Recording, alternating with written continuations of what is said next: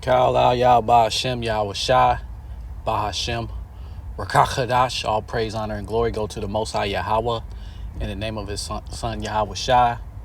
And I'm coming with a little quick one right before I go into my job. This is the book of 1 Peter 2:15 and 16. It says, "For so is the will of Yahweh." So the will of Yahweh is what motivates us, what gives us the power, gives us the strength to do things we do. We don't know why completely. Everything is set up the way it is.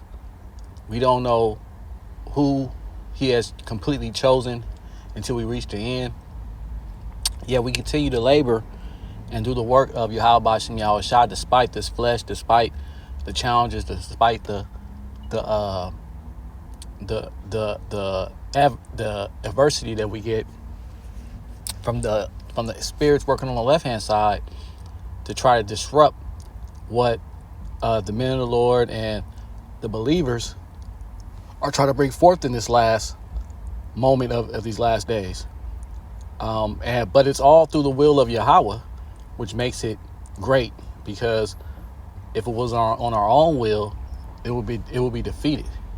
But since everything is ordained by the Heavenly Father, the will of Yahweh is always going to be above all things. It says, "For so is the will of Yahweh, that with well doing you may put to silence the ignorance of foolish men." And so he has those doing the good deeds, the work that we're designed to do. Able-bodied men out here preaching the word, out here doing the lessons, purify themselves, getting themselves ready, not being subjective to the beast system, not giving over to idols and things that bow down to idols or graven images.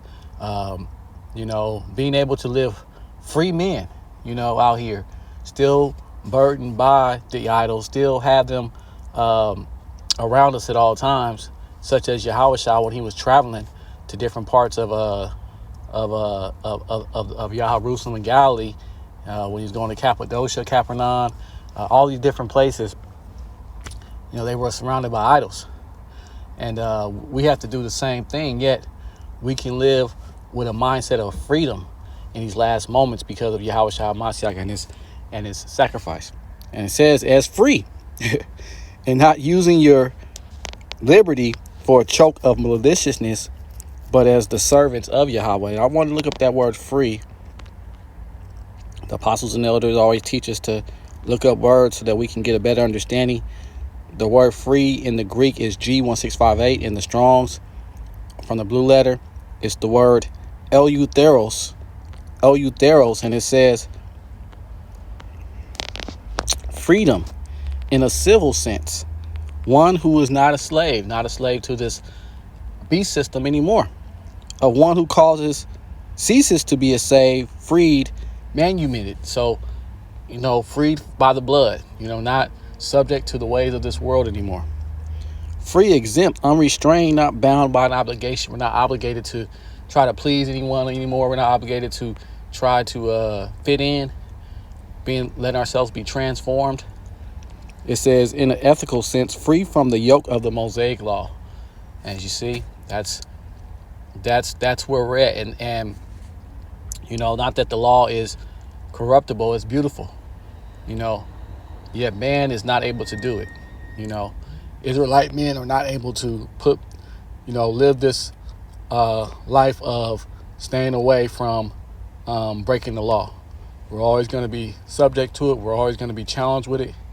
And we always got to remember these things, because if not, then we'll allow ourselves to be cursed by thinking we can do the law and do something that's going to show the Lord that we're dedicated to him. No, it's by his will only that you're a servant and you're able to go do these good deeds. Able-bodied man, like I said, preaching the word, doing the work. The man who may not who just believe, helping out, supporting, encouraging the men of the Lord. The women paying attention, in detail to what their husband's walk is, making sure that they're not stepping over the boundaries, not doing what he says, putting him first. And children continue to call on the name of Yahawashi and Yahawashi, not those fake gods. And as we continue to do these things, these good deeds, you'll see that it's going to bring you to a culmination where Yahweh willing, if I'm of that number, if you're of that number, if you're listening, when Jacob's trouble hits its full peak, because it's starting and it's getting, developed more and more each day as these draconian laws, as these different statutes that come from above, the Lord is putting on this world, especially in Babylon, America, through the so-called white man, the sword, the nation of Edom. You'll start to see that these things won't hold you bondage. They won't hold you chained. You won't be as affected as the 2/3 of Israel, of Yasharallah, and also the other heathen nations. So I just wanted to bring that out real quick. With that, just want to give all praise, honor, and glory to Yahweh, Bahashem Yahushai, Bahashem, Rakach Hadash, double honors to all the apostles, elders, teachers, preachers, priests, bishops that came before me and taught me this truth, starting with the apostles and elders of Great Millstone, who are the true prophets of Yahweh, Bahashem Yahushai, taught by their apostles and elders before them. And shalom, peace be to you, to his holy elect. I pray I'm of that number. Till next time, Yahweh willing.